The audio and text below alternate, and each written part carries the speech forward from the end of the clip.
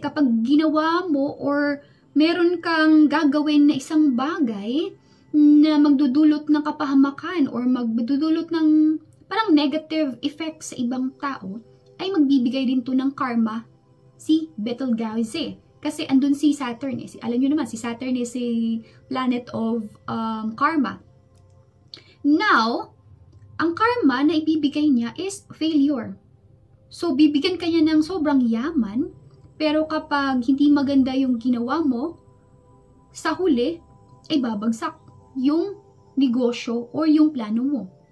So, si Betelgeuse kasi, hindi siya magbibigay ng blessing sa'yo or parang, tawag na to, recognition sa'yo na tatagal siya. Normally, sa mga tao na malakas ang energy ni Betelgeuse, ay nagiging successful sila sobra, yes, pero hindi siya naglalast kapag gagawa ng hindi maganda or gagawa ng hindi maganda yung person na yun sa ibang tao. Okay?